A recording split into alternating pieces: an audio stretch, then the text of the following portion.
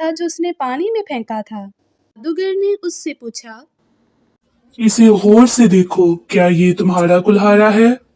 उसे तो सोने का कुल्हाड़ा चाहिए था, इसलिए जादूगर से बोला।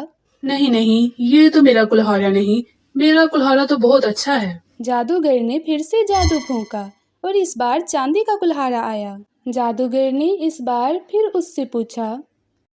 इसे गौर से देखो, क्या ये तुम्हारा कुल्हाड़ा है? वो सोने की लालच में बोला। नहीं नहीं, ये भी मेरा कुल्हाड़ा नहीं, मेरा कुल्हाड़ा इससे भी इस अच्छा है। बार जादू फूंकने पर सोने का कुल्हाड़ा आ गया। जादूगर ने इस बार भी उससे पूछा। इसे गौर से देखो, क्या ये तुम्हारा कुल्हाड़ा है? सोने का कुल्हाड़ा देखते ही वो बोल उठा। जी जी, यही तो है मेरा कुल्हाड़ा, लाइए लाइए दे दीजिए मुझे। जादूगर गुस्से से बोला। तुमने झूठ बोला है, बेईमानी की है।